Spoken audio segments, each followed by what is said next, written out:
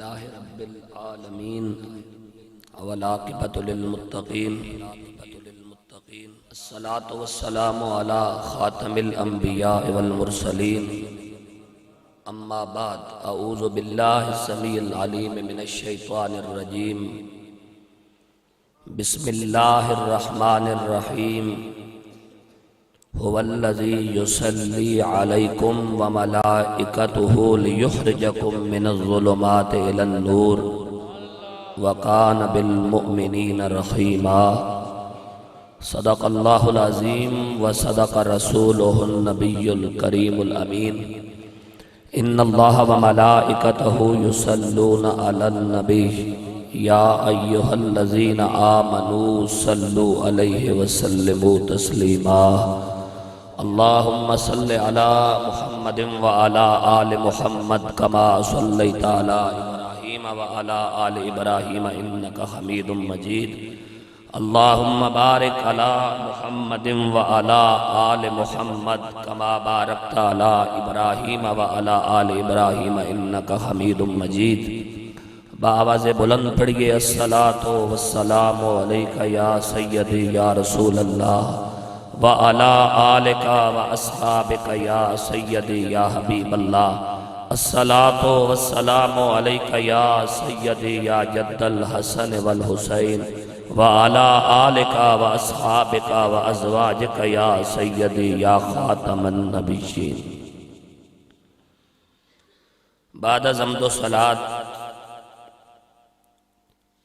میر مجلس انتہائی مخلص و مہربان شخصیت عزت مآب خلیفہ تنویر احمد ہارونی صاحب زیدہ اقبالہ عالم نبیل حضرت علامہ مولانا سید مختار حسین شاہ صاحب زیدہ شرفہ حضرت علامہ مولانا محمد وسیم صابری صاحب دامت فیوزہم حضرت علامہ مولانا قاری عامر محمود نقشبندی صاحب زیدہ شرفہ حضرت علامہ مولانا محمد یعقوب رضوی صاحب حضرت علامہ مولانا محمد نوید سیالوی صاحب اور میرے یمین و یسار تشریف فرما دیگر قابل قدر قابل عزت قابل احترام وارثان منبر و محراب علماء اہل سنت قابل عزت قابل قدر قابل تکریم جمیع سامعین و حاضرین و ناظرین السلام علیکم ورحمت اللہ وبرکاتہ آج کی اس مبارک و مسعود نشست میں عالم باعمل عزت مآب حضرت علامہ مولانا حسان رضا قادری صاحب زیدہ شرفہ خطیب مسجد حاضہ کے پاکیزہ اور مبارک حکم کی تعمیل میں آپ سے مخاطب ہونے کی جسارت کر رہا ہوں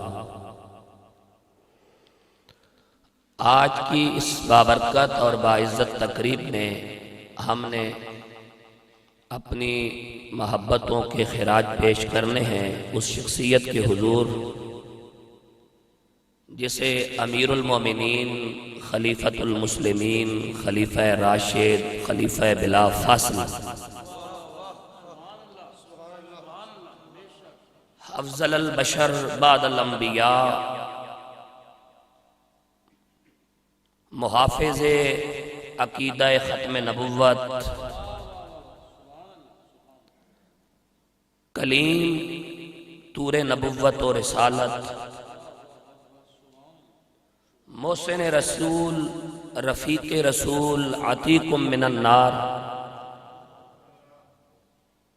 حضرت سیدنا ابو بکر صدیق رضی اللہ تعالی عنہ کے حضور ہم اپنی محبتوں کے خراج پیش کرنے جا رہے ہیں اور آج کی اس بابرکت نشست میں میں نے قرآن مجید کی سورۃ الاحزاب جس کا تعلق قرآن مجید کے 22ویں پارہ کے ساتھ ہے، سورۃ الاحزاب پارہ نمبر 22 کی آیت نمبر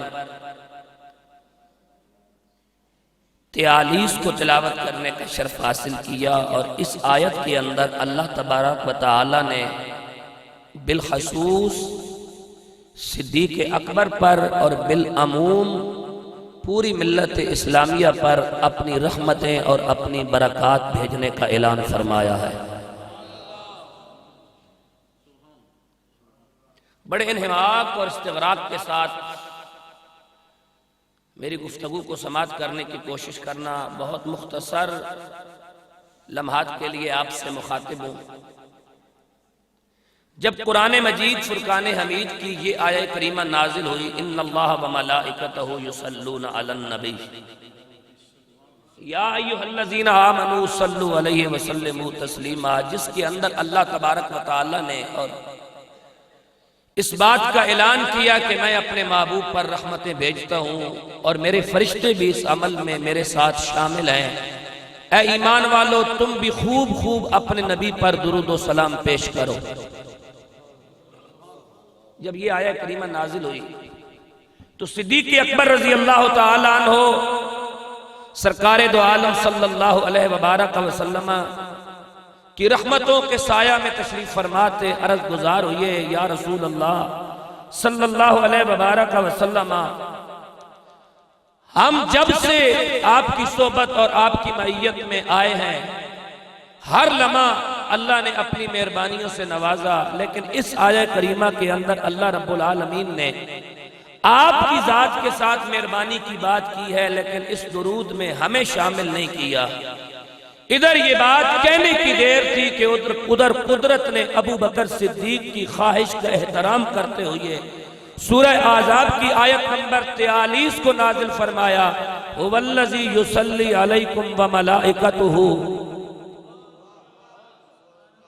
لِيُخْرِجَكُم مِّنَ الظُّلُمَاتِ إِلَى النُّورِ، وہی تو ہے جو تمہارے اوپر رحمتیں نازل کرتا ہے، وَمَلَائِكَتُهُ، اور اس کے فرشتے بھی نازل کرتے ہیں، لِيُخْرِجَكُم مِّنَ الظُّلُمَاتِ إِلَى النُّورِ، وہ تمہیں تاریکیوں سے نکال کے اجالوں میں منتقل کرتا ہے، وَكَانَ بِالْمُؤْمِنِينَ رَحِيمًا، اور آپ کا اللہ تو ازل سے ایمان والوں پر مہربان ہے۔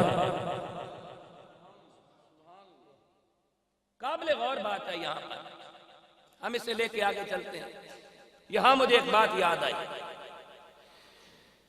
ادھر صدیق کی یہ خواہش ہے جس خواہش پر صدیق کے لیے آیت درود نازل ہو رہی ہے، اور دوسری طرف قرآن سورہ حشر کی آیت نمبر 8 میں ہمیں ایک عقیدہ دکھا رہا ہے صدیق اکبر کی سچائی کا، کہ ایک صدیق نہیں، جس کا تعلق ذات مصطفیٰ سے ہو گیا وہ صدیق ٹھہرا۔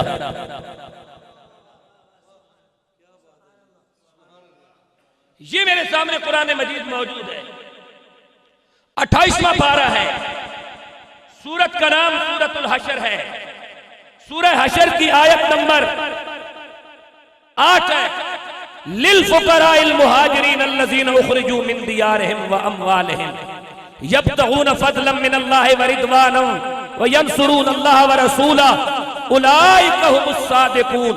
اس آیت میں صدیق بھی دکھایا جا رہا ہے، اور ہر وہ کردار دکھایا جا رہا ہے جس نے دین کی خاطر اپنا گھر بھی چھوڑا، اپنا مال بھی چھوڑا، اپنی اولادیں بھی چھوڑی، اگر رکھا تو فقط ذات مصطفیٰ کو رکھا۔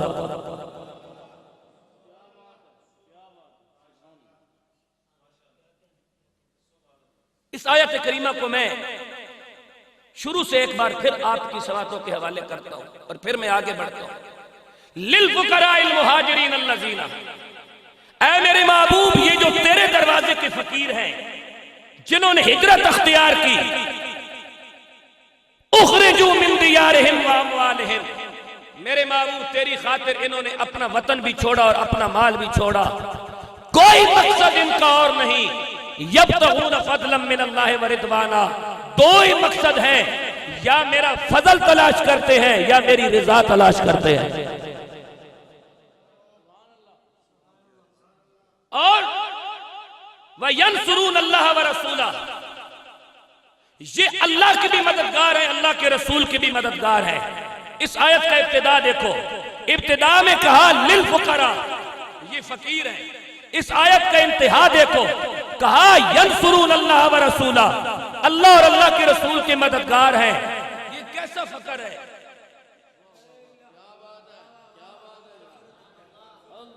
اگر کوئی ہے بندہ بیٹھا ہوا تو سبحان اللہ بولے تاکہ میں آگے نقطے نکالوں۔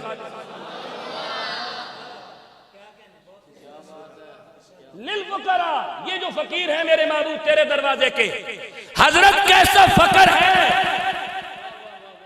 کہ آگے آیت کی ابتدا میں ہے فقیر ہیں، آیت کی انتہا میں ہے اللہ اور اللہ کے رسول کی مدد کرنے والے ہیں۔ خدا کی قسم ان کا فقر بھی ایسا ہے کہ اگر کائنات میں ان کا فقر نہ ہوتا تو کائنات میں کوئی غنی نہ ہوتا۔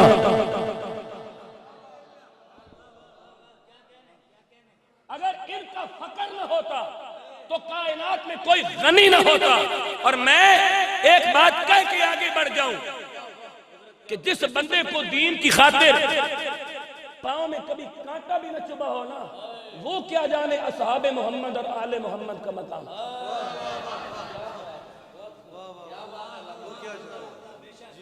خلیفہ صاحب، جس بندے کو دین کی خاطر پیر میں کانٹا بھی کبھی نہ چبھا ہو، اسے کیا پتا مقام ابو بکر کیا ہے یا مقام علی کیا ہے، اسے کیا پتا مقام مہاجرین کیا ہے یا مقام انصار کیا ہے، اسے کیا پتا کہ سیدہ زہرا کے در کی نوکری میں عزت کیا ہے، یا اسے کیا پتا کہ محمد عربی کی ازواج کا مقام کیا ہے۔ یہ پوچھنا ہو تو کسی اور سٹیج سے یہ خبر نہیں ہوگی، یہ اسی سٹیج سے خبر ہوگی جس سٹیج کا مونوگرام یا رسول اللہ ہے۔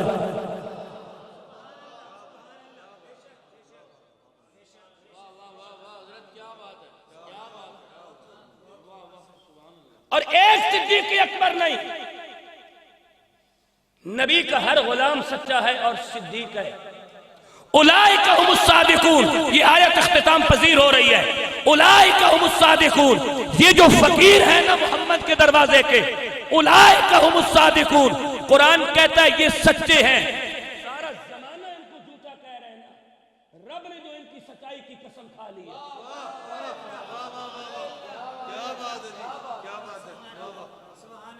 سبحان اللہ بولے۔ سارا زمانہ انہیں جھوٹا کہے نا، اللہ نے جو ان کی سچائی کی قسم کھا لی ہے اور اللہ نے جو انہیں سچا قرار دیا۔ مجھے جب قرآن کی یہ آیت میں علامہ صاحب پڑھ رہا تھا تو ایک مسئلہ حل ہوا، ایک عقدہ کھلا، اولئک هم الصادقون، یہ وہ سچے ہیں۔ مجھے اس وقت سمجھ آئی کہ بندوں کو قرآن کے 30 پارے کیوں پسند نہیں آتے۔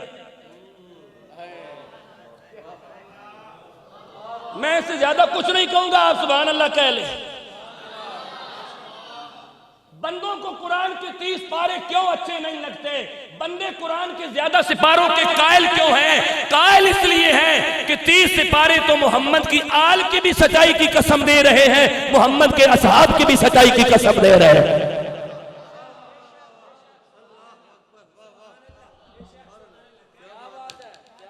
اور میں ایک بات عرض کروں، میرا نبی جب دنیا سے گیا نا، دنیا سے جاتے جاتے میرے نبی نے اپنے غلاموں کو ایک خبر دی، خبر بڑی منفرد ہے۔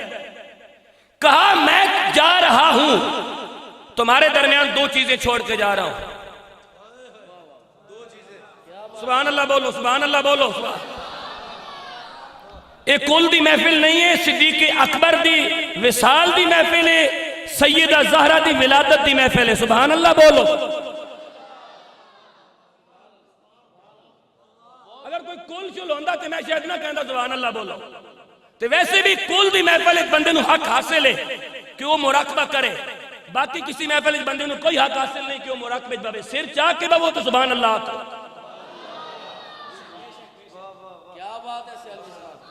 ایک کل تو علاوہ کسی محفل ایک مراقبہ کی اجازت نہیں ہے، میری خطابت۔ توجہ میرے نال کرو، نقطہ بھارا دیسا سبحان اللہ بھاری منگسا، نقطہ چھوٹا دیوا سبحان اللہ کہنے دی کوئی لوڑ نہیں، سمجھا نہ سکا میں نو روک کے دوبارہ ہر بندہ گل کہہ سکتا ہے ذرا گل نو رپیٹ کر، میں رپیٹ کر کے گل سمجھاواں گا، کیونکہ میں خطاب جھاڑن دا قائل نہیں، خطاب سمجھاون دا قائل ہاں۔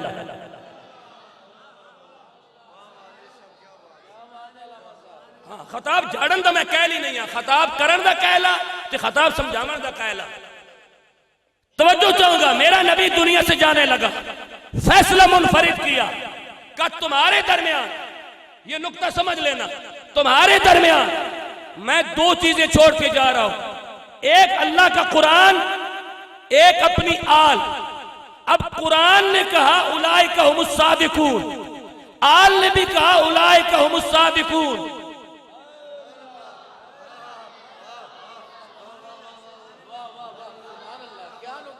کیونکہ آل تو اسی قرآن کی قائل ہے نا۔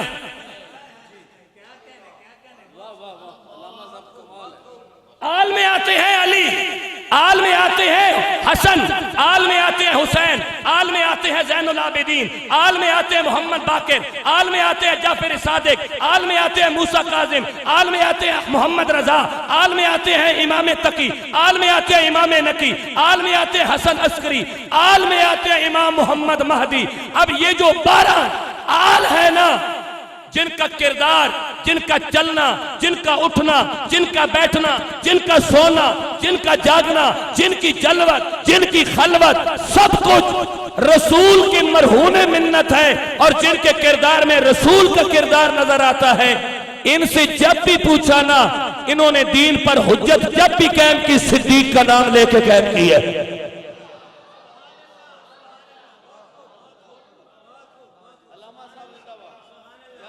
اور میں نے کہا تھا پچھلے دنوں لیا کی سرزمین پر گفتگو کرتے ہوئے، نبی نے قرآن بھی چھوڑا، نبی نے آل بھی چھوڑی۔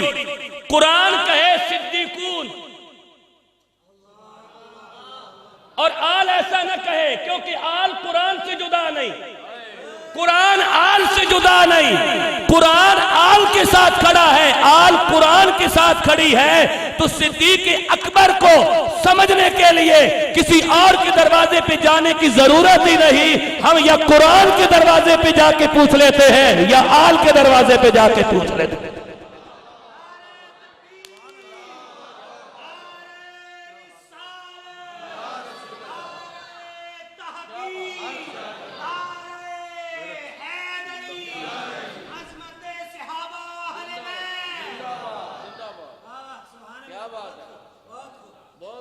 اور کبھی بھی میں آپ کو ایک ایڈوائس دے کے جاتا ہوں، کبھی بھی نبی کے صحابہ اور نبی کی آل کو ایک دوسرے کی اپوزیشن بنا کے پیش نہ کرنا۔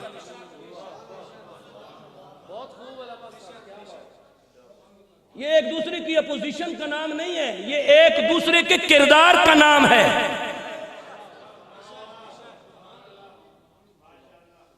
جی لیکن اپوزیشن یہ بنتے کب ہیں؟ جب دین، بندے کا دین میر عالموں کے حوالے ہو جائے تو وہ ان کو اپوزیشن بنا کے پیش کرے گا، جب نبی کے دین کے عالموں کے حوالے ہو جائے گا تو وہ صحابہ کی بات کرتے ہوئے بھی نہیں ہچکچائے گا، آل کی بات کرتے ہوئے بھی نہیں ہچکچائے گا۔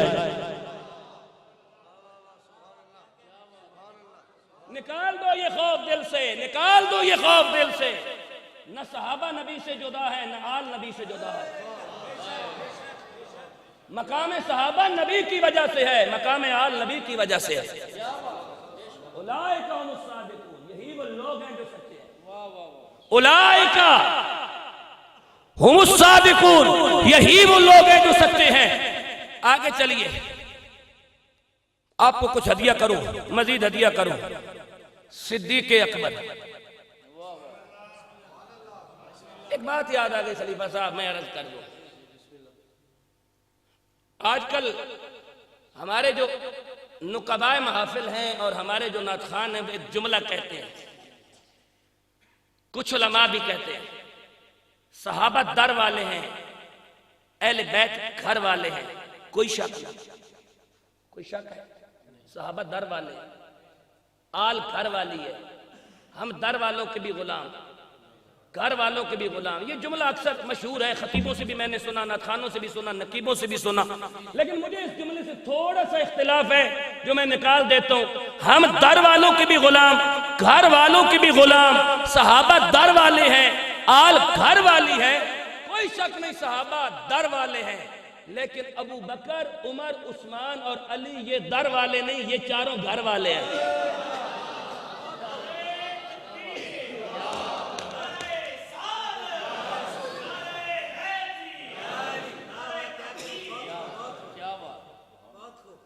بھائی صحابہ در والے ہیں، اختلاف ہی کوئی نہیں، لیکن ان چار کو باہر نکالو. یہ در والے نہیں ہیں، یہ گھر والے ہیں. کیوں؟ دلیل دوں گا.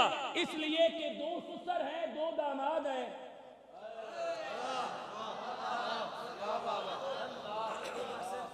اس لیے کہ دو سسر ہیں، دو داماد ہیں. نہ سسر در والا ہوتا ہے، نہ داماد در والا ہوتا ہے.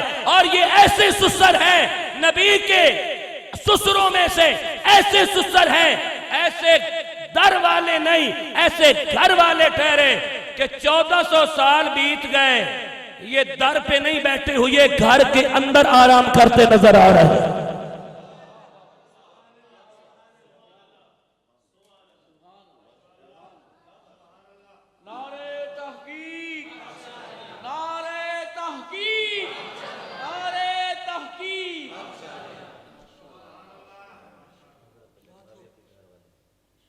آگے ذرا قرآن پڑھوں گا میں، توجہ چاہوں گا.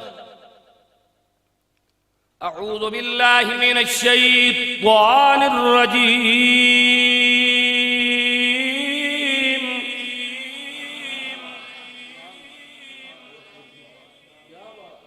هو الذی یصلی علیکم وملائکتہ لیخرجکم من الظلمات الى النور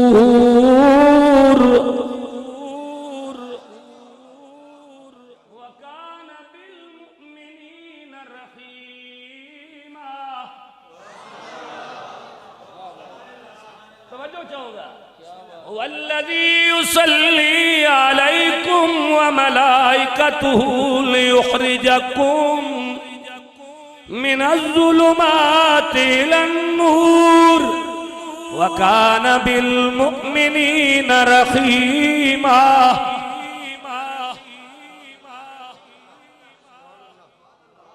41 آیات میری تحقیق کے مطابق ایسی ہیں جو سیدنا ابو بکر صدیق کی شان میں ڈائریکٹ نازل ہوئی ہیں. 41 آیات میری تحقیق کے مطابق ویسے زیادہ ہو سکتی ہیں، کم نہیں، کیونکہ میں ناکارہ سا بندہ ہوں. میں نے جو تحقیق کی ہے اس کے مطابق 41 آیات ہیں. اور میں نے جو 4 جمعے صدیق اکبر پہ، آج 2 جمعے میں پڑھا چکا ہوں، 2 جمعے میں نے اور صدیق اکبر پہ پڑھانے. میرا موضوع یہ ہے، پہلے جمعے کا موضوع تھا خلیفہ بلا فاصل سیدنا ابو بکر صدیق قرآن کی روشنی میں. آج کے جمعے کا موضوع تھا سیدنا ابو بکر صدیق احادیث کی روشنی میں. اگلے جمعے کا میرا موضوع ہے سیدنا ابو بکر صدیق 12 ائمہ اہل بیت کی نگاہ میں. اور اس سے اگلے جمعے کا میرا موضوع ہے سیدنا ابو بکر صدیق سیدہ خاتون جنت فاطمہ الزہرا کی نگاہ میں.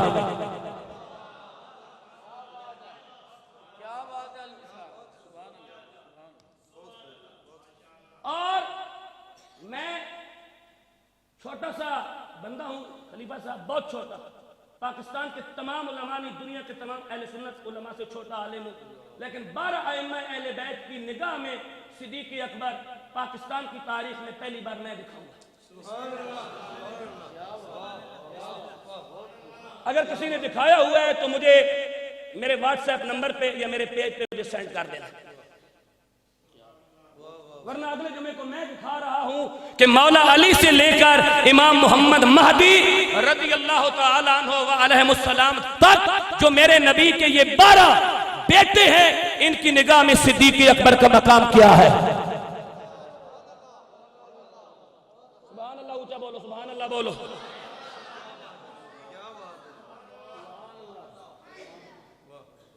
قرآن پڑھنے لگا ہوں ساتھ ہی نبی کا فرمان پڑھنے لگا ہوں، ساتھ ہی ائمہ اہل بیت میں سے 2 اماموں کی بات کرنے لگا ہوں، ساتھ ہی سیدہ خاتون جنت کی نگاہ میں ابو بکر کا مقام دکھانے لگا ہوں، سٹیج چھوڑنے لگا ہوں۔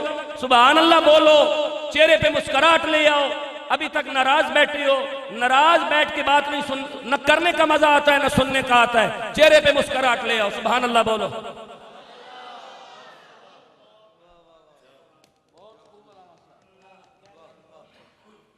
اعوذ باللہ من الشیطان الرجیم للفقراء المہاجرین الذین اخرجوا من دیارہم واموالہم یبتغون فضلا من اللہ ورضوانا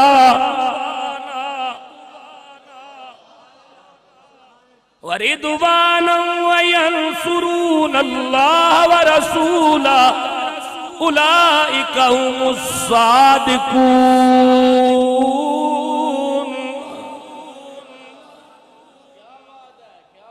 فرمایا میرے محبوب جنہوں نے تیری خاطر اپنا گھر بھی چھوڑا، اپنا بار بھی چھوڑا، اور میرے محبوب یہ وہ فقیر ہیں فضلا من اللہ ورضوانا، ان کا اور کوئی مقصد نہیں، فقط اللہ کا فضل اور اس کی رضوان کے متلاشی ہیں۔ وَيَنْصُرُونَ اللَّهَ وَرَسُولَهُ، یہ اللہ اور اللہ کے رسول کے مددگار ہیں۔ أُولَئِكَ هُمُ الصَّادِقُونَ۔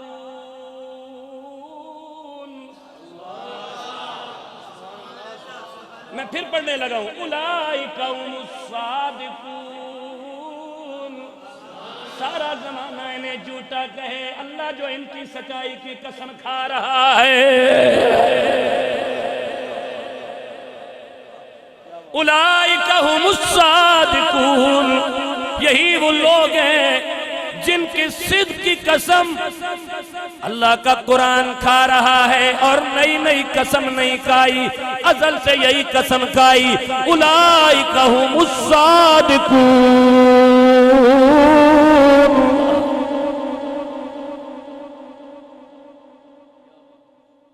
میری طبیعت ناساز تھی، گلا خراب تھا، لیکن شہباز سون نے میری چھکن اتار دی ہے، لیکن ابھی میں آپ کا انتظار کر رہا ہوں۔ ہاں جی، شہباز کرے پرواز، اس نے اپنی پرواز کر کے ذمہ داری پوری کر دی ہے۔ آپ سبحان اللہ بولیں، باقی انتظام سارے ٹھیک ہیں، صرف بات سمجھنے میں ابھی تک کمی رہ رہی ہے۔ آپ جس وقت تیار ہوں گے، میں نے بہت ساری باتیں نکال لی ہیں اندر سے۔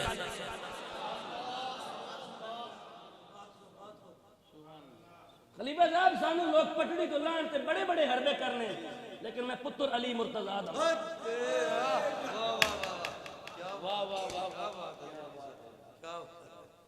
بندے بڑے بڑے حربے کرنے سانو پٹڑی تو لان تے، لیکن میں پتر اس علی دوا جڑا نہ آپ پٹڑی تو لٹھا نہ اس دی اولاد پٹڑی تو لے سکتی ہے۔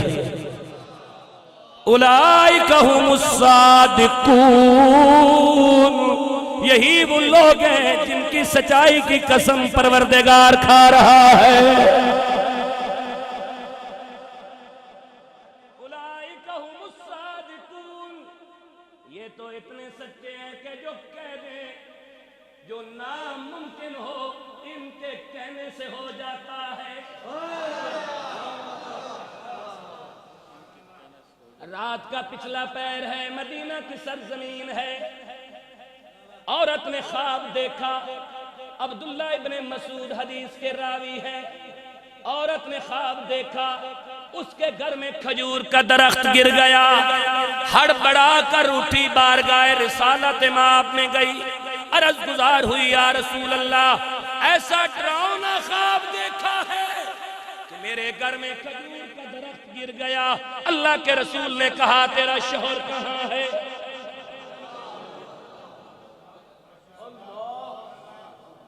میں نے صدیق دکھانا ہے، صدیق کہا یا رسول اللہ ملک شام تجارت کی غرض سے گیا ہوا ہے، کہا اس کی ڈیتھ ہو گئی ہے، وہ مر چکا ہے۔ عورت سیدنا ابو بکر صدیق کی گلی سے گزری تو کہا صدیق اکبر سے بھی ڈسکس کر لو.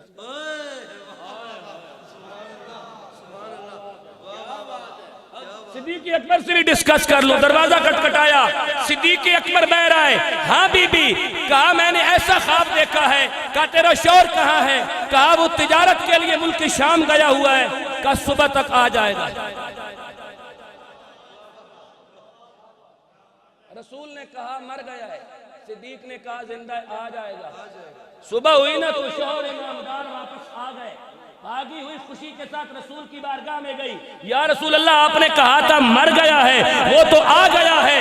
یہ بات کر رہی تھی کہ جبرائیل خدا کا یہ پیغام لے کے آئے. یا رسول اللہ پروردگار آپ کو سلام کہتا ہے اور کہہ رہا ہے سچ وہی ہے جو آپ نے کہا تھا, لیکن صدیق نے جو کہہ دیا زندہ ہے, صدیق بھی تو آپ نے بنایا ہے نا.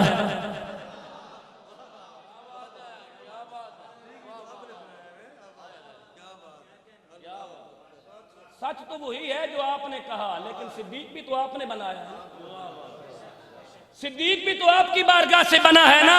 صدیق اکبر نے جو کہہ دیا زندہ ہے اور آ جائے گا, تو پھر ہماری قدرت نے فیصلہ کیا کہ سچ وہی ہے جو ہمارا محبوب کہہ رہا ہے, لیکن صدیق اکبر کی صداقت پہ دھبا نہ آئے, اس لیے ہم نے اسے دوبارہ زندگی دے کے صدیق کے قول کو سچ ثابت فرما دیا.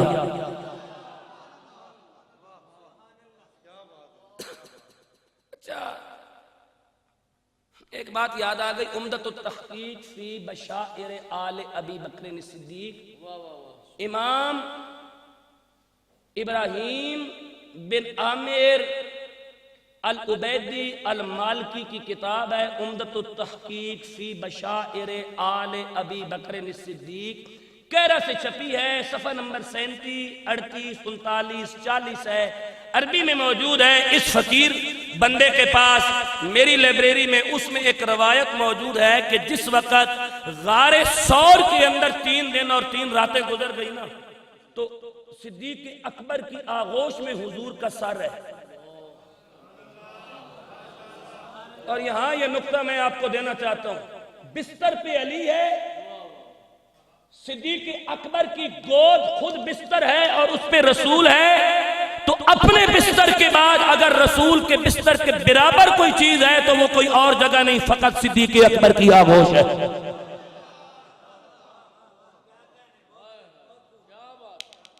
اپنے بستر کے بعد اگر بستر کی ہم پلہ اور بستر کی عزت کے برابر کوئی مقام ہے تو وہ صدیق اکبر کی آغوش ہے, کوئی اور جگہ نہیں.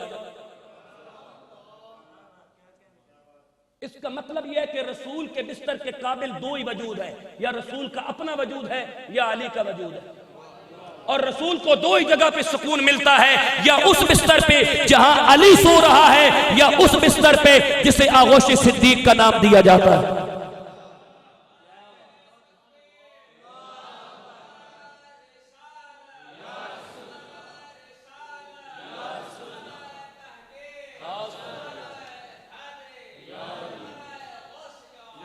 تین دن کے بعد آنکھ کھولی,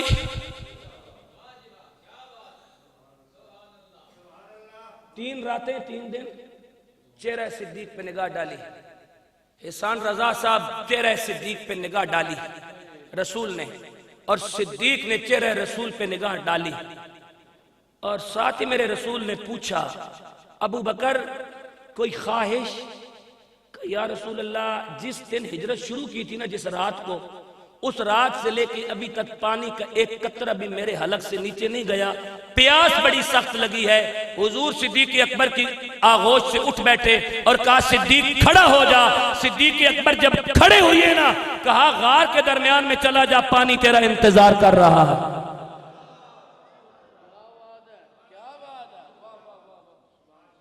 غار کے درمیان میں چلا جا, پانی تیرا انتظار کر رہا ہے, پانی تیرا انتظار کر رہا ہے. مجھے ایک بات بتاؤ اور لطف اٹھاؤ, تحقیق میں پیش کر رہا ہوں, لطف آپ اٹھا لینا. خلیفہ صاحب علامہ حسان رضا صاحب اور میرے قابل احترام علماء اہل سنت اور عوام اہل سنت, لطف اٹھا لینا. کہا صدیق کھڑے ہو جاؤ, کھڑے ہو گئے. کہا غار کے درمیان میں چلے جاؤ, پانی آپ کا انتظار کر رہا ہے. غار کے درمیان میں پانی تھا, غار صاف کس نے کی تھی؟ صدیق اکبر نے۔ جھاڑو کس نے لگایا تھا؟ صدیق اکبر نے۔ امامہ پھاڑ پھاڑ کے سوراخ کس نے بند کیے تھے؟ صدیق اکبر نے۔ تو غار کے درمیان میں پانی ہوتا تو مانگنے کی ضرورت کیا تھی؟ صدیق اکبر پی لیتے نا۔ لیکن آج صدیق اکبر نے یہ نہیں کہا کہ وہاں تو پانی نہیں ہے، آج صدیق اکبر چل پڑے اور قیامت تک عقیدہ دے دیا رسول کے کہنے پہ چل پڑو تو اللہ جنت سے پانی اتار دیا کرتا ہے۔ میں نے کوئی اشارہ کرنا ہے اور گزر جانا ہے۔ صدیق اکبر نے پہلا قدم اٹھایا، غار میں پانی کوئی نہیں۔ دوسرا اٹھایا، غار میں پانی کوئی نہیں۔ تیسرا اٹھایا، غار میں پانی کوئی نہیں۔ چوتھا اٹھانے لگے، قدرت کی آواز آئی، جبرائیل جی رب جلیل۔ کہا یہ غار میں کیا ہو رہا ہے؟ کہا یا اللہ تیرے محبوب کے محبوب نے تیرے محبوب سے پانی مانگا ہے۔ کہا غار میں پانی ہے؟ یا اللہ تخت الصراع تک پانی کی بوند بھی کوئی نہیں۔ کہا ابو بکر چوتھا قدم بعد میں اٹھائے، جنت سے پانی کی کوثر کی نہر کو جنت اس غار کے حوالے کر دے۔ یا اللہ کیوں؟ کہا صدیق کا قدم بعد میں پورا ہو، جنت کا پانی پہلے صدیق کا انتظار کرتا نظر آئے۔ میں ایک جملہ ہدیہ کر کے پھر آگے بڑھوں گا۔ سلسبیل بھی جنت کی نہر ہے، زمہریر بھی جنت کی نہر ہے، اصل مصفہ بھی جنت کی نہر ہے، لبن خالصاً بھی جنت کی نہر ہے۔ اللہ نے کہا کوثر لے جا۔ یہ کوثر کیوں لے جا؟ اس کے اندر بھی ایک راز ہے، کوثر لے جا کیونکہ کوثر ملکیت ہے خاتون جنت کی۔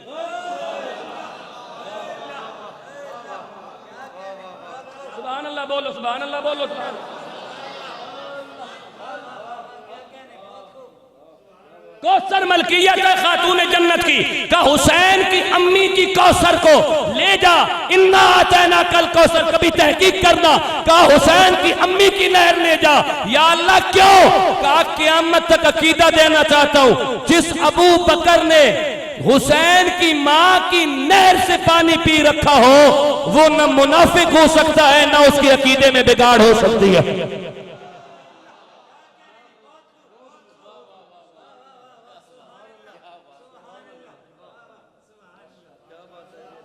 رکو نقطہ دے جاؤں۔ گزشتہ رمضان کو غالباً 3 رمضان تھا، اے ٹی وی پہ میں نے پروگرام کیا تو افطار کے ٹائم ایک شیعہ عالم بھی میرے ساتھ موجود تھا۔ مجھے کہنے لگا علی صاحب آپ سے ایک بات کرنی ہے۔ میں نے کہا کرو۔ کہنے لگا بات یہ ہے کہ امام علی مقام امام حسین رضی اللہ تعالیٰ عنہ، آپ کو اللہ پاک نے یہ اعزاز بخشا ہے کہ جو آدمی مرنے کے بعد آپ کے قبر انور سے 30 میل دائیں 30 میل بائیں 30 میل قدموں کی طرف 30 میل سر کی طرف دفن ہو جائے، جتنا بڑا گناہگار ہوگا اللہ اس کے گناہوں کو معاف کر کے اس کی قبر کے اندر جنت اتار دے گا۔ میں نے کہا بس اتنی ساری بات ہے، 30 میل ادھر 30 میل ادھر 30 آگے 30 پیچھے، یہ تو 120 میل ٹوٹل بنتا ہے۔ کہنے لگا ہاں 120 میل۔ میں نے کہا اہل سنت کا عقیدہ اس سے آگے ہے۔ کہنے لگا وہ کیسے؟ میں نے کہا بندہ دنیا کے کسی بر اعظم میں مر جائے، اس کی قبر اگر حسین ابن علی کی قبر کی سیدھ میں آ جائے، جتنا بڑا گناہگار کیوں نہ ہو اللہ اس کی قبر میں جنت اتار دیتا ہے۔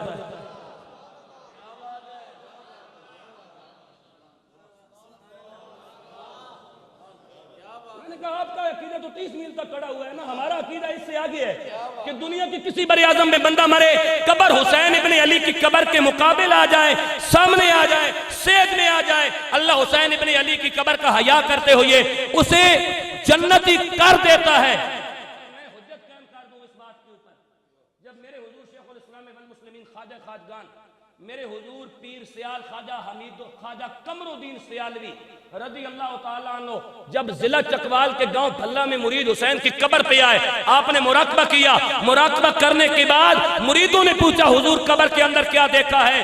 کہا قبر مدینے تک کشادہ ہے اور اللہ نے وعدہ کر رکھا ہے جتنا بڑا گناہگار کیوں نہ ہو اس کی قبر اگر مرید حسین کی قبر کی سیدھ میں آ جائے تو اللہ اس کی قبر میں جنت اتار دے گا۔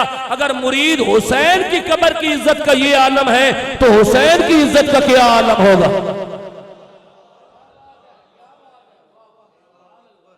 کہنے لگا آپ نے تو کمال کر دیا، مجھے تو آپ نے لاجواب کر دیا۔ میں نے کہا حضرت بیٹھو تشریف رکھو۔ اب ایک چھوٹی سی بات میں نے بھی آپ سے پوچھنی ہے اگر اجازت ہو تو. مجھے کہنے لگا ضرور پوچھئے. میں نے کہا حضرت جو بندہ حسین ابن علی کی قبر کے 30 میل دائیں 30 میل بائیں 30 میل آگے 30 میل پیچھے دفن ہو جائے مرنے کے بعد جتنا بڑا گناہگار کیوں نہ ہو اللہ تعالیٰ اسے معاف کر کے اس کی قبر کو جنت بنا دیتا ہے. یہ آپ کا عقیدہ ہے. ہمارا عقیدہ یہ ہے کہ دنیا کے کسی بر اعظم میں بندہ مر جائے اس کی قبر حسین ابن علی کی قبر کی صحت میں آ جائے اللہ اسے معاف کر دیتا ہے. ایک چھوٹی سی میری بھی درخواست ہے آپ سن سکتے ہیں. کہنے لگا ضرور سنائیں. میں نے کہا اگر حسین ابن علی کی قبر کا یہ عالم ہے کہ 30 میل دائیں بائیں آگے پیچھے دفن ہو تو بخشا جا سکتا ہے, ان کے بارے میں آپ کا کیا خیال ہے جو 1400 سال سے حسین ابن علی کی قبر کی صحت میں نہیں حسین کے نانے کی قبر کے ساتھ آرام کرتے دکھائی دے رہے ہیں؟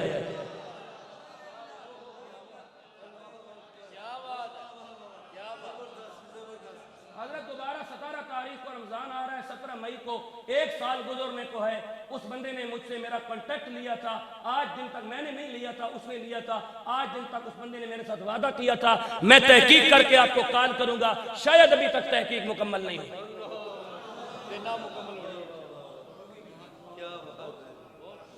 کا تحقیق کے بعد آپ سے رابطہ کروں گا. 17 مئی کو دوبارہ رمضان آ رہا ہے, پہلا روزہ ہے, 1 سال ہونے کو ہے. اس نے کہا تھا تحقیق کر کے آپ کو کنٹیکٹ کروں گا. ابھی تک مجھے اس نے ٹیلی نہیں کیا اور میں اور مطمئن ہوتا چلا جا رہا ہوں کہ عقیدہ وہی سچا ہے جس میں نبی کے یاروں کا بھی احترام ہوتا ہے, نبی کے گھر والوں کا بھی احترام ہوتا ہے.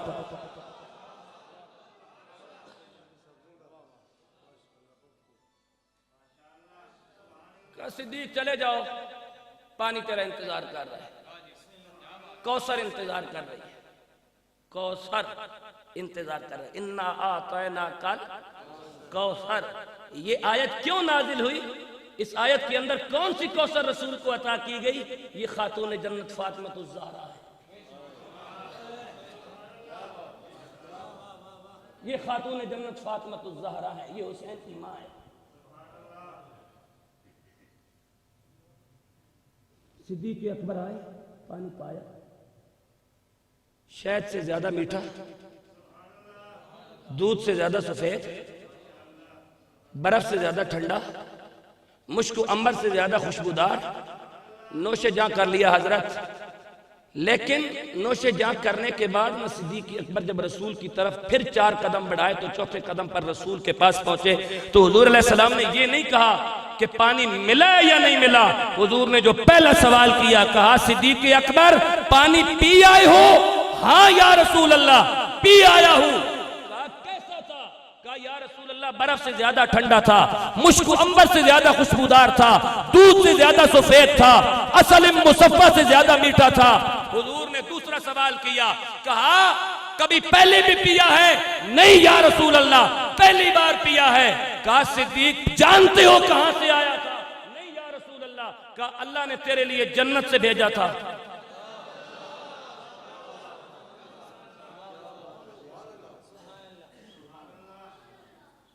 آنکھوں سے آنسو چھلک پڑے. یا رسول اللہ اللہ کے ہاں میرا اتنا بڑا مقام ہے کہ جنت سے میرے لیے پانی آیا ہے. کہا اس سے بھی بڑا مقام ہے. یا رسول اللہ وہ کیسے؟ کہا قیامت کے دن جب اللہ اپنا دیدار کروائے گا ہر ایک کو عام دیدار کروائے گا, صدیق تجھے خاص دیدار کروایا جائے گا.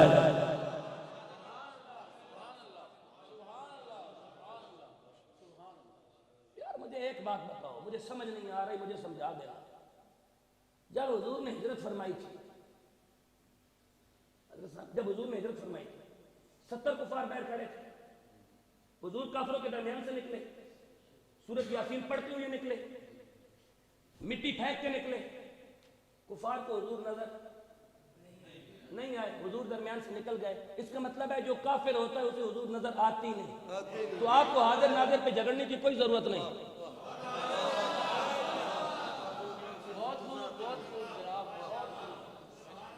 آپ کو بندوں کے ساتھ حاضر ناظر پہ مناظرے اور بحثیں کرنے کی ضرورت ہی نہیں ہے کہ نبی حاضر ناظر ہے یا نہیں ہے. 70 کافر کھڑے تھے, نبی کسی ایک کافر کو بھی نظر. تو ہمارا تو عقیدہ اور پختہ ہو گیا ہے خلیفہ صاحب. کہ جو کافر ہوگا اسے حضور نظر ہی نہیں آتے کیونکہ اس کی آنکھ ناپاک ہوتی ہے. قرآن کہتا ہے انما المشرکون نجس، مشرک پلیت ہے، تو پلیت آنکھ، منافق آنکھ نبی دیکھ ہی نہیں سکتی. کیا بات ہے. وہ محمد بن عبداللہ دیکھتے رہے ہیں، نبی نہیں دیکھا. وہ محمد بن عبداللہ دیکھتے رہے ہیں، محمد الرسول اللہ نہیں دیکھا. اچھا بہرحال یہ تو باتیں ہوتی رہیں گی. حضور نکل گئے. مجھے ایک بات بتاؤ، غار میں حضور 3 راتیں 3 دن رہے. سنیو بات سمجھو، اپنا عقیدہ سمجھو.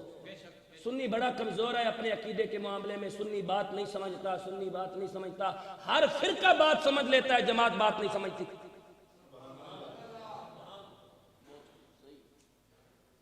یہ باتیں اگر کسی اور سٹیج پہ ہوتی نا جو میں آپ سے شیئر کر کے جا رہا ہوں، اچھل اچھل کے آسمانوں کو ہاتھ لگا رہے ہوتے، اچھل اچھل کے مسجد کے چھت کو ہاتھ لگاتے، کسی اور فرقے کی بات ہوتی. لیکن ہمارے ہاں بات کی قدر نہیں کی جاتی. کافروں کو حضور نظر نہیں آئے. غار کے اندر صدیق اکبر نے کہا یا رسول اللہ صلی اللہ علیہ وسلم، جس وقت وہ تلاش کرنے کے لیے آئے، پھر بھی غار میں حضور اور صدیق اکبر کفار کو نظر نہیں آئے. مجھے ایک بات بتاؤ، جو نبی اس سرعت کے ساتھ گزر سکتا ہے کہ کفار کو نظر نہیں آتا اور آنکھوں پہ اللہ پردے ڈال دیتا ہے، اللہ تعالیٰ نے اس نبی کو صدیق اکبر کے سپرد کیوں کیا؟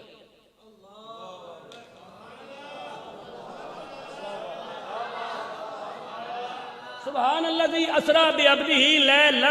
جو نبی رات کے مختصر سے حصے میں بیت المقدس نہیں، 7 آسمان 7 زمینیں، جنت، دوزخ، عرش، کرسی، لوح، قلم، حتیٰ کہ خدا سے ملاقات کر کے 90,000 باتیں اللہ سے کرنے کے بعد جو نبی رات کے مختصر سے حصے میں واپس آ سکتا ہے، قرآن کے مطابق اس نبی نے غار کے اندر 3 دن اور 3 راتیں ابو بکر کی گود میں کیوں گزارے؟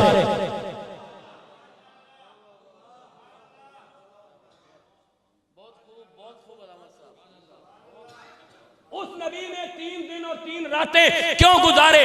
جو نبی 70 کافروں کے درمیان سے گزرے، وہ نبی کفار کو نظر نہ آئے، اس نبی نے 3 دن اور 3 راتیں غار میں کیوں گزارے؟ ڈائریکٹ جو اللہ عرش اولا تک ایک لمحے میں لے جاتا ہے اور واپس لے آتا ہے، کیا وہ نبی کو مکہ سے مدینہ نہیں پہنچا سکتا تھا؟ پھر 3 راتوں اور 3 دن کا مقصد کیا ہے؟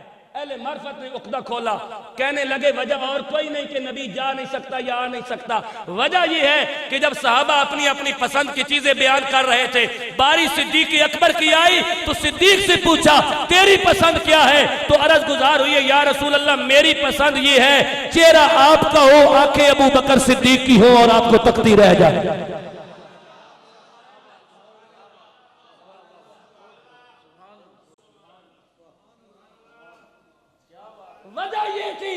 وجہ یہ تھی، اور پھر یہ جملہ سن لو اور غور سے سن لو، وجہ یہ تھی کہ جس رات صدیق اکبر نے حضور کے لیے غار صاف کی تھی، حضور نے بھی وعدہ کیا تھا اہل معرفت کے نزدیک کہ تو نے میرے لیے غار بنائی ہے، میں تیرے لیے مزار بناؤں گا.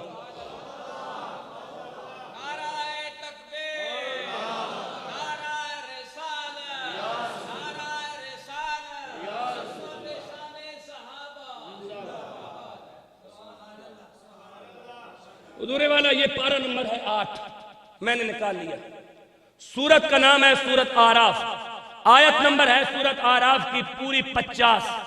اس سے میں ایک عقیدہ پیش کرنے لگا ہوں، لیکن عقیدہ سننے کے ساتھ ہی آپ نے اپنی محبتوں کا اظہار کرتے ہوئے سبحان اللہ فرما دیں تاکہ میں قرآن پڑھ سکوں اور آپ کو کچھ ہدیہ کر جاؤں.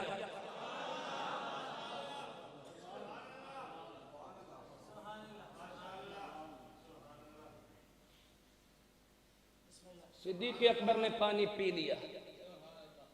پانی کہاں سے آیا تھا؟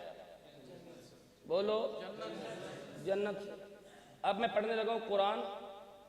سورت کا نام سورت آراف، یہ قرآن کی 7ویں سورت ہے، پارہ نمبر 8، آیت نمبر پوری 50. گھر جا کے دیکھنا، کوئی ضروری نہیں ہے مدرسہ بریلوی کا ترجمہ دیکھا جائے، جس کی آپ دلچسپی لیتے ہیں اسی بندے کا ترجمہ اٹھا کے دیکھو، اگر عقیدہ ہمارا نکل آئے تو جینا بھی یا رسول اللہ کہہ کے، مرنا بھی یا رسول اللہ کہہ کے۔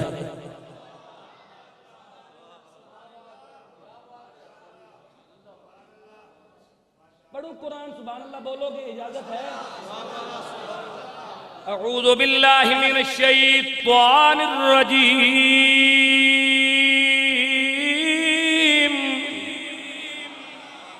ونادى أصحاب النار أصحاب الجنة أن أفيدوا علينا من الماء أو مما رزقكم الله قالوا إن الله حرمهما على الكافرين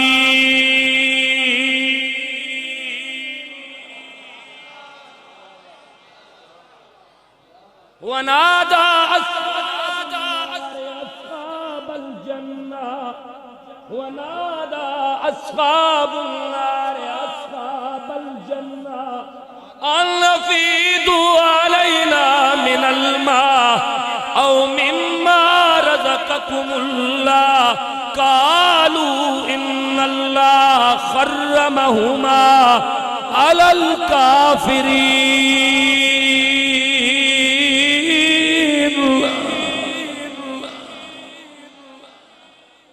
قیامت کے دن اعمال تولے جائیں گے، جنت اور دوزخ کا فیصلہ ہو جائے گا۔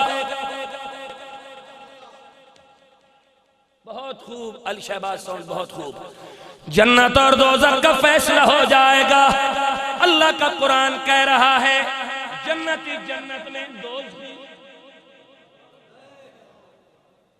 جنت 7 آسمانوں سے اوپر، دوزخ 7 زمینوں سے نیچے۔ بقول فرمان رسول صلی اللہ علیہ وبارک وسلم، 7 زمینوں سے نیچے دوزخ، 7 آسمانوں سے اوپر جنت۔ اب جنتی جنت میں، دوزخی دوزخ میں، اللہ کا قرآن کہتا ہے وَنَادَى أَصْحَابُ النَّارِ، دوزخ والے لوگ نادا اصحاب الجنہ، جنت والوں کو آواز دے کے کہیں گے اَنْ أَفِيدُوا عَلَيْنَا مِنَ الْمَاءِ، جو پانی تم پی رہے ہو یہ پانی ہمارے اوپر گراؤ۔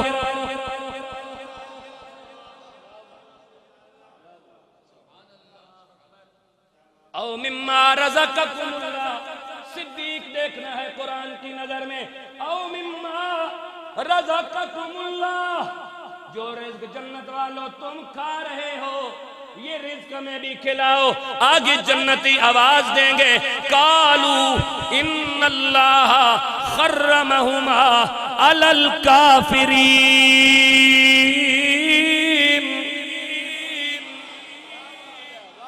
ہم نہ تمہیں پانی دے سکتے ہیں نہ کھانا دے سکتے ہیں، کیوں؟ ان اللہ حرمہما علی الکافرین، کیونکہ اللہ نے جنت کی نعمتیں کافروں پہ حرام کر رکھی ہے۔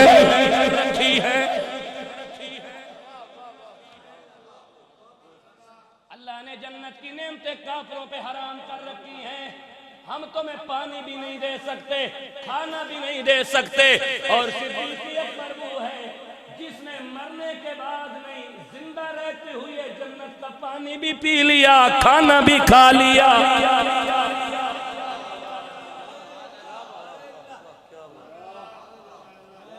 کائنات دو ہی تو گھر ہیں جنہاں واسطے اللہ جنت دا کھانا تے جنت دے لباس دنیا میں اتارے ہیں۔ ایک صدیق اکبر کا گھر ہے اور ایک علی مرتضیٰ کا گھر ہے۔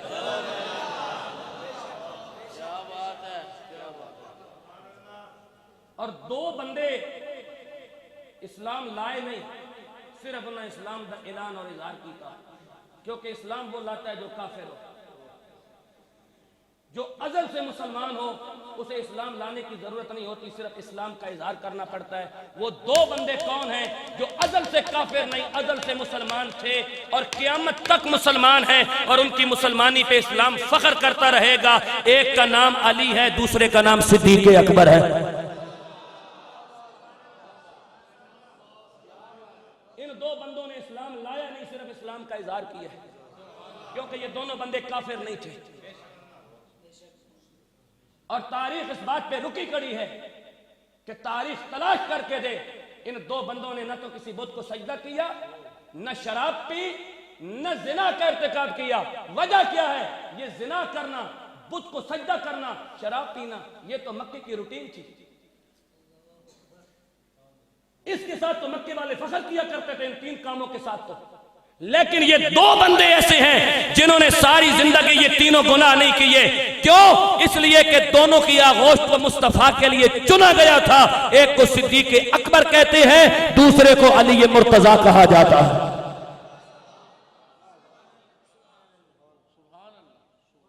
اللہ نے تمہارے اوپر جنت کا رزق حرام کر دیا، اور صدیق اکبر نے دنیا میں جنت کا پانی پی لیا۔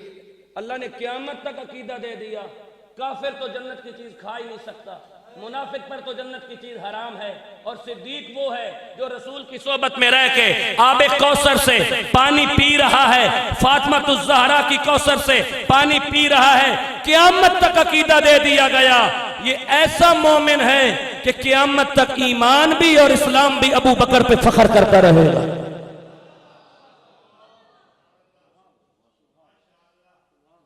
اور حضور نے فرمایا میری امت پر واجب ہے کہ وہ ابو بکر کا شکریہ ادا کرے۔ نماز کی واجبات تو بتا دیے جاتے ہیں نا، کبھی یہ بھی بتا دیا کرو کہ حضور نے فرمایا میری امت پر واجب ہے کہ وہ صدیق اکبر کا شکریہ ادا کرے۔ حضور نے فرمایا مجھے کسی کے مال نے اتنا نفع نہیں دیا جتنا ابو بکر صدیق کے مال نے مجھے نفع دیا۔ ابو ہریرہ حدیث کے راوی ہیں، مجھے بات یاد آ گئی، سیدنا ابو ہریرہ حدیث کے راوی ہیں۔ میرے دامن میں 10 منٹ باقی ہیں، ان 10 منٹوں میں میری آخری جملے سن لو اور بات کو میں کلوز کر رہا ہوں۔ سیدنا ابو ہریرہ فرماتے ہیں رات کا پچھلا پہر ہے، صدیق اکبر کو حضور سے کوئی کام پڑ گیا، اٹھ کے چل پڑے۔ اسی دوران حضرت علی کو بھی حضور سے کوئی کام پڑ گیا اور اٹھ کے چل پڑے۔ دونوں کو ایک وقت کام پڑا، ایک وقت گھر سے نکلے، ایک وقت حضور کے دروازے پہ دونوں پہنچے۔ دونوں نے ایک دوسرے کو دیکھا تو پوچھا ابو بکر آپ کیوں؟ کہا میرا حضور سے کام ہے۔ کہا علی آپ کیسے؟ کہا میرا بھی حضور سے کام ہے۔ اب ابو بکر صدیق نے کہا علی تم دروازہ حضور کا بجاؤ کہ حضور باہر آئیں۔ حضرت علی نے کہا ابو بکر تم دروازہ بجاؤ کہ حضور باہر آئیں۔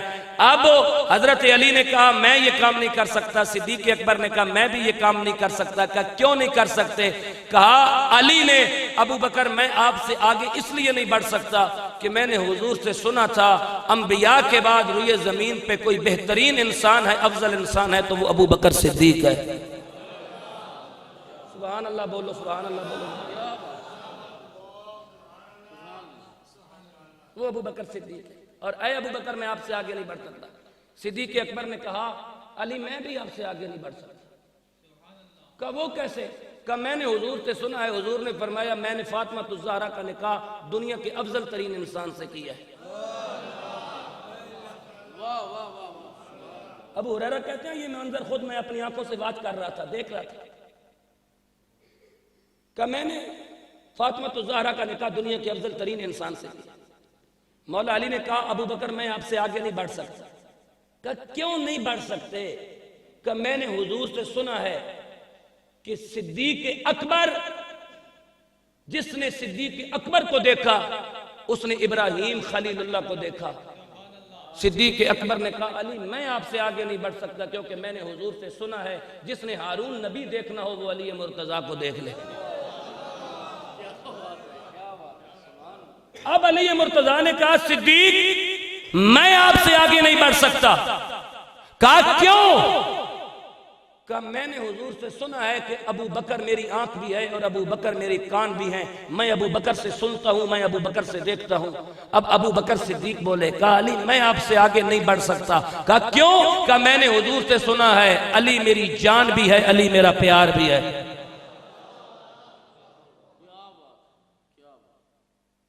نہیں بتائی جاتی یہ باتیں، نہیں بتائی جاتی، اختلافات بتائے جاتے جو کبھی ہوئے نہیں، اور میں قسم کھا کے کہتا ہوں کبھی نہیں ہوئی۔ اگر ہوئی ہے تو قرآن کیوں کہتا ہے رحماء بینہم؟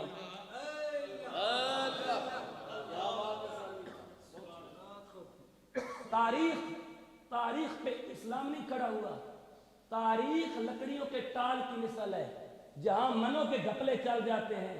قرآن اور حدیث جوہری کے ترازو کی مثال ہے، جہاں رتی کا بھی تول ہوتا ہے، پائی کا بھی تول ہوتا ہے۔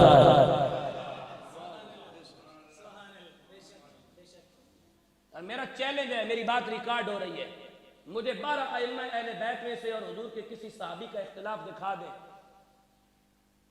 میں خطابت چھوڑ دوں گا، اور نہ دکھا سکو تو میں اتنے ہی کہوں گا کہ امت کو توڑو مت، امت کو جوڑنے کی کوشش کرو۔ فیس بک کے مفتیوں، امت کو جوڑنے کی کوشش کرو۔ فیس بک کے دانشوروں، امت کو جوڑنے کی کوشش کرو، امت کو جوڑنے کی کوشش کرو۔ میں آج سٹڈی کر رہا تھا، حضور اعلیٰ حضرت معمور من الرسول حضرت سیدنا پیر مہر علی شاہ گولڈی کی کتاب تصفیہ مابین سنی شیعہ، یہ اعلیٰ حضرت گولڈوی کی کتاب ہے، تصفیہ مابین سنی شیعہ۔ اس کے اندر اعلیٰ حضرت گولڈوی نے ایک بات لکھی بڑی مزے کی، یہ حدیث نہیں پیش کی جاتی، حدیث کرتاس جب پیش کی جاتی ہے تو اس حدیث میں ڈنڈی ماری جاتی ہے، یہ جو میں پیش کرنے لگا ہوں، جو اعلیٰ حضرت مہر علی شاہ نے لکھی، کہا عبد الرحمن بن ابو بکر جو سیدنا ابو بکر صدیق کے بیٹے ہیں، حضور نے مرض وصال میں عبد الرحمن بن ابو بکر کو کہا کاغذ بھی لے آؤ، قلم بھی لے آؤ، دوات بھی لے آؤ، میں تمہیں کچھ لکھ کر دوں۔ حضرت عبد الرحمن بن ابو بکر کاغذ بھی لے آئے، قلم بھی لے آئے، دوات بھی لے آئے، حضور کو پیش کیا۔ حضور نے فرمایا رہنے دو عبد الرحمن، اللہ بھی ابو بکر کی ذات پہ اتفاق کرتا ہے، ایمان والے بھی ابو بکر کی ذات پہ اتفاق کرتے ہیں۔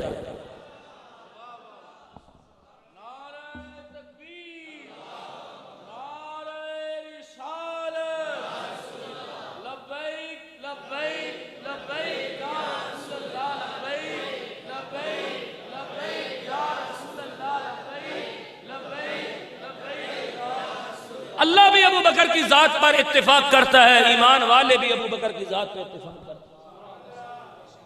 اور پیر مہر علی شاہ کے الفاظ ہیں جو میں عرض کرنے لگا، تصفیہ مابین سنی شیعہ، کتاب گولڈا شریف سے مل جاتی ہے، میں کل لے کے آیا ہوں، آج میں نے اس کی سٹڈی کی ہے جمعہ سے پہلے، اور ساری پڑھ لی ہے، حرف اول سے لے کے حرف آخر تک ساری پڑھ لی ہے۔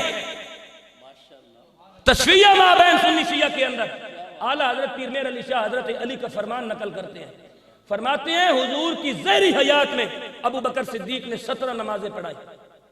کتنی؟ 17 نمازیں پڑھائیں۔ سیدنا علی کا فرمان علی کا بیٹا میرے علی نقل کرتا ہے، حضرت علی فرماتے ہیں جب رسول اللہ نے اپنی زہری حیات میں ہمارے دین کے معاملات ابو بکر کو دے دیے تھے تو حضور کے بعد ابو بکر کو خلیفہ بنا کے ہم نے دنیا کے معاملات بھی ان کے سپرد فرما دیے تھے۔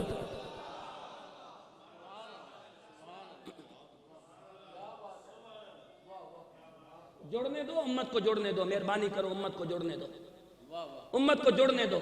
بندوں کے بعد مطالعہ نہیں ہوتا تو بندے چند اختلافات اٹھا کے نا لوگوں کو لڑاتے ہیں۔ اس کی وجہ علامہ صاحب میں نے ڈھونڈی ہوئی ہے، وجہ کیا ہے؟ وجہ یہ ہے کہ مطالعہ چند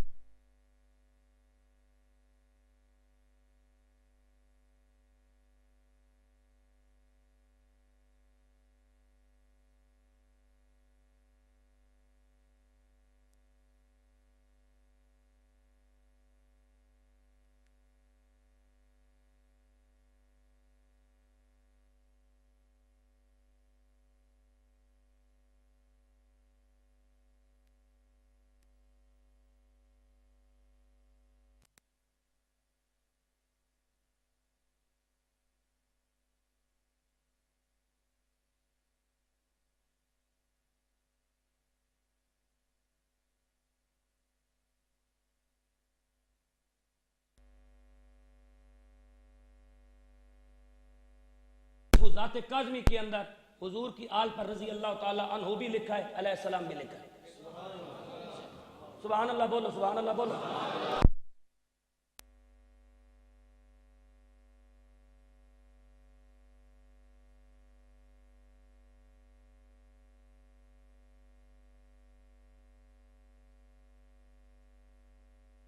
نہ سوئے، صبح کی نماز نہ پڑھے، اس کے لیے تو السلام علیکم ہو سکتا ہے، اور جو دین کی خاطر گردن کٹا دیں ان کے لیے جھگڑا ہے کہ علیہ السلام کہنا ہے یا رضی اللہ عنہ کہنا ہے۔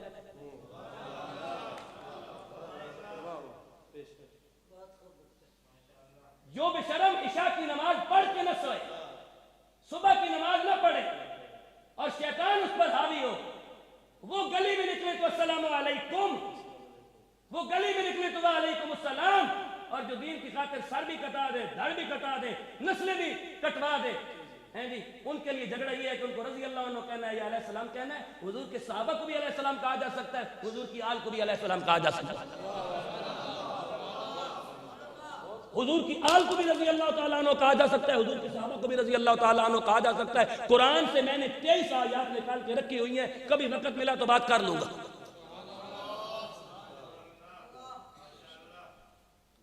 توجہ چاہوں، آپ حضرت ابو بکر صدیق علیہ السلام کہہ سکتے ہیں، آپ حضرت عمر علیہ السلام کہہ سکتے ہیں، آپ حضرت عثمان علیہ السلام کہہ سکتے ہیں، آپ حضرت علی علیہ السلام کہہ سکتے ہیں، آپ ابو بکر رضی اللہ تعالیٰ عنہ کہہ سکتے ہیں، آپ حسین علیہ السلام کہہ سکتے ہیں، حسین رضی اللہ تعالیٰ عنہ کہہ سکتے ہیں، کوئی حرج نہیں ہے۔ سورہ یاسین آیت نمبر 59، جب جنتی جنت میں جائیں گے تو اللہ مجھے اور آپ کو کہے گا سلام قولا من رب الرحیم، اے رب رحیم کی طرف سے سلام قبول کر لو۔ یہ تواڈے میرے ہوتے اللہ سلام پڑھ رہا کہ جنہاں واسطے کائنات بنی انہاں واسطے سلام پہ جھگڑا ہے۔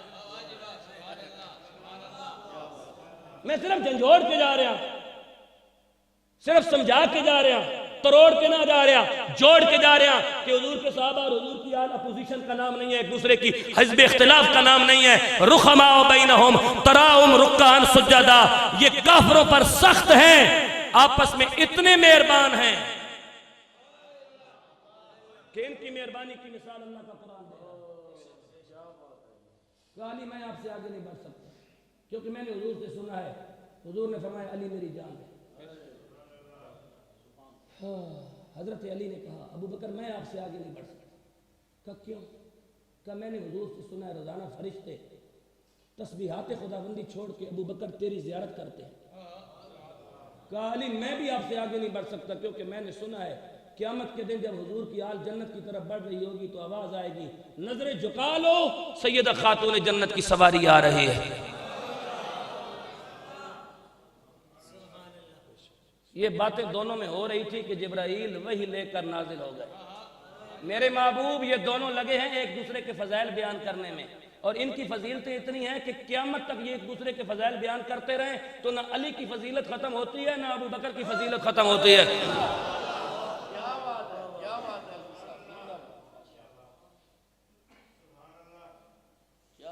نہ علی کی فضیلت ختم ہوتی ہے نہ ابو بکر صدیق کی فضیلت ختم ہوتی ہے، اور ابو بکر کا ذکر کرنا ہماری مجبوری نہیں، ہمارے ایمان کے عروج کا نام ہے۔ کوئی یہ سمجھے بھی نہیں کہ صدیق اکبر کا ذکر کرنا ہماری مجبوری ہے، اس لیے کہ قبر میں ہم نے جواب کسی مولوی اور پیر کو نہیں دینا، حسین کے بابا کو دینا ہے۔ کیا بات ہے علوی صاحب، زندہ باد۔ ہمیں کسی ملا سے کوئی ڈر نہیں، ہمیں کسی بندے سے بھی کوئی ڈر نہیں، ہم نے قبر کے اندر حضور کو جواب دینا ہے۔ علی کا ذکر کرنا ہماری مجبوری نہیں، ہمارے ایمان کا ذریعہ اور نجات کا سبب ہے، کیونکہ قبر میں جواب کسی مولوی اور پیر کو نہیں دینا، قبر میں جواب اللہ کے رسول کو دینا ہے۔ ہم محتاج قرآن ہیں، کسی فرد کے محتاج نہیں ہیں۔ توجہ چاہو، کہا یہ دونوں ایک دوسرے کی فضیلت بیان کرنے میں لگے ہیں۔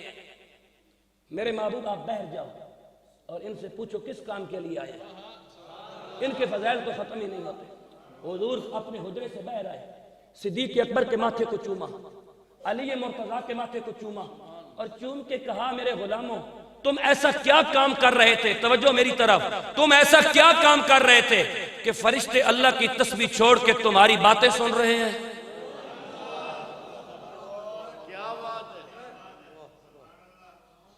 اور حضور نے فرمایا ایک دوسرے کی فضیلتیں تم بیان کر رہے تھے، اب میں تمہاری فضیلت بیان کرتا ہوں۔ اے علی، اے ابو بکر، روئے زمین کے درخت کل میں بن جائیں، روئے زمین کے درخت کل میں بن جائیں، روئے زمین کے سمندر سیاہی بن جائیں، زمین اور آسمان کاغذ بن جائیں، لکھنے والے قیامت تک لکھیں، قلم ختم ہو سکتے ہیں، لکھنے والوں کے ہاتھ بکھر سکتے ہیں، سیاہی سمندروں کی ختم ہو سکتی ہے، زمین آسمان کے بنائے ہوئے کاغذ ختم ہو سکتے ہیں، ابو بکر اور علی تمہارے فضائل کبھی ختم نہیں ہو سکتے۔ میں تو اس طرح کا دکھانے کا قائل ہوں. میں تو یہ بات دکھانے کا قائل ہوں. یہ بات دکھانے کا قائل ہی نہیں ہوں کہ ان میں افضل کون ہے اور مفضول کون ہے, کیونکہ اللہ تعالیٰ نے مجھے یہ پیمانہ دیا ہی کوئی نہیں. میری کیا ضرورت ہے, کسی مولوی اور پیر کی کیا ضرورت ہے کہ وہ یہ بات دکھائے کہ ابو بکر افضل ہے یا علی افضل ہے. ہم نے تو ابو بکر کو جانا تو حضور کی وجہ سے جانا, علی کو جانا تو حضور کی وجہ سے جانا. کون ہوتا ہے دنیا کا فرد جو ترازو لے کے بیٹھ جائے کہ میں ان کو تولتا ہوں, جو پیمانہ لے کے بیٹھ جائے کہ میں ان کو ماپتا ہوں؟ خبردار, انہیں ماپنا نہیں, انہیں ماننا ہے, انہیں تولنا نہیں, ان کے نقش قدم پر چلنا ہے. یہ تمہاری اور میری نجات کا ذریعہ ہے, اس لیے کہ یہ دونوں نبی کے در والے نہیں, نبی کے گھر والے ہیں, کیونکہ دو داماد ہیں, دو نبی کے سسر ہیں. اور سسر بیٹھک میں نہیں بیٹھا کرتا, داماد بھی بیٹھک میں نہیں بیٹھا کرتا. داماد بھی گھر کے اندر رہتا ہے, سسر بھی گھر کے اندر رہتا ہے.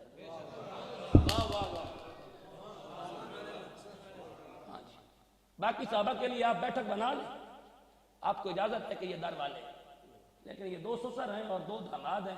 اب ان کی مرضی ہے یہ نبی کی بیٹھک میں رہیں یا نبی کے گھر میں رہیں, اس لیے کہ سسر سے بھی پردہ کوئی نہیں ہوتا, داماد سے بھی پردہ کوئی نہیں ہوتا. سسر باپ ہوتا ہے, داماد بیٹا ہوتا ہے. عثمان اور علی داماد ہیں, ابو بکر اور عمر سسر ہیں. تو کس رولے میں پڑا ہوا ہے کہ یہ در والے اور یہ گھر والے؟ تیرا سسر تو تیرے گھر کا فرد کہلائے, تیرا داماد تو تیرے گھر کا فرد کہلائے, اور جب ابو بکر و عمر عثمان و علی کی باری آ جائے تو پھر تو پیمانہ لے کے بیٹھ جائے کہ یہ در والے اور یہ گھر والے.